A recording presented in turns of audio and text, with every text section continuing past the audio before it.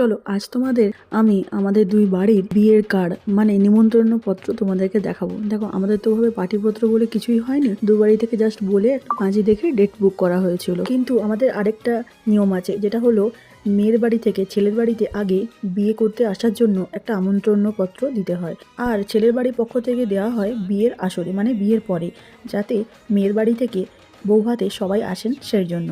তো এখানে এই যে ফার্স্ট কার্ডটা যেটা আমি দেখাচ্ছি বেজ কালারের, এটা ছিল ছেলের বাড়ির পক্ষ থেকে, মানে ওর বাড়ির পক্ষ থেকে এটা আমাদের বাড়িতে দেওয়া হয়েছিল।